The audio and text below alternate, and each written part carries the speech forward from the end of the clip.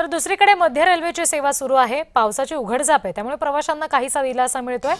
सध्याच्या क्षणाला सीएसएमटी कडे जाणारी जी रेल्वे आहे ती साधारण 15 ते 20 मिनिटं उशिराने धावतीये, तर कल्याणकडे जाणाऱ्या रेल्वे 5 ते 10 मिनिटांनी उशिराने चालतायत असं समजतंय। प्रतिनिधी शुभम उमाळे आपल्याला आणखी तपशील देतील। शुभम, सध्याची काय नेमकी रेल्वेची परिस्थिती आहे? रिद्धी, एक थोडा वेळ आधीचं निरीक्षण पाहायला गेलं तर मध्य रेल्वे ही सुरळीत आहे असं म्हणण्यास हरकत नाही, कारण की डाऊन लाईन म्हणजे सीएसएमटी कडून ठाणे कल्याणकडे जाणाऱ्या ज्या लोकल सेवा आहेत त्या 5 ते 10 मिनिटं उशिराने आहेत, तर मात्र ठाण्याच्या पुढे या काही ट्रेन्स 15 ते 20 मिनिटं उशिराने आहेत।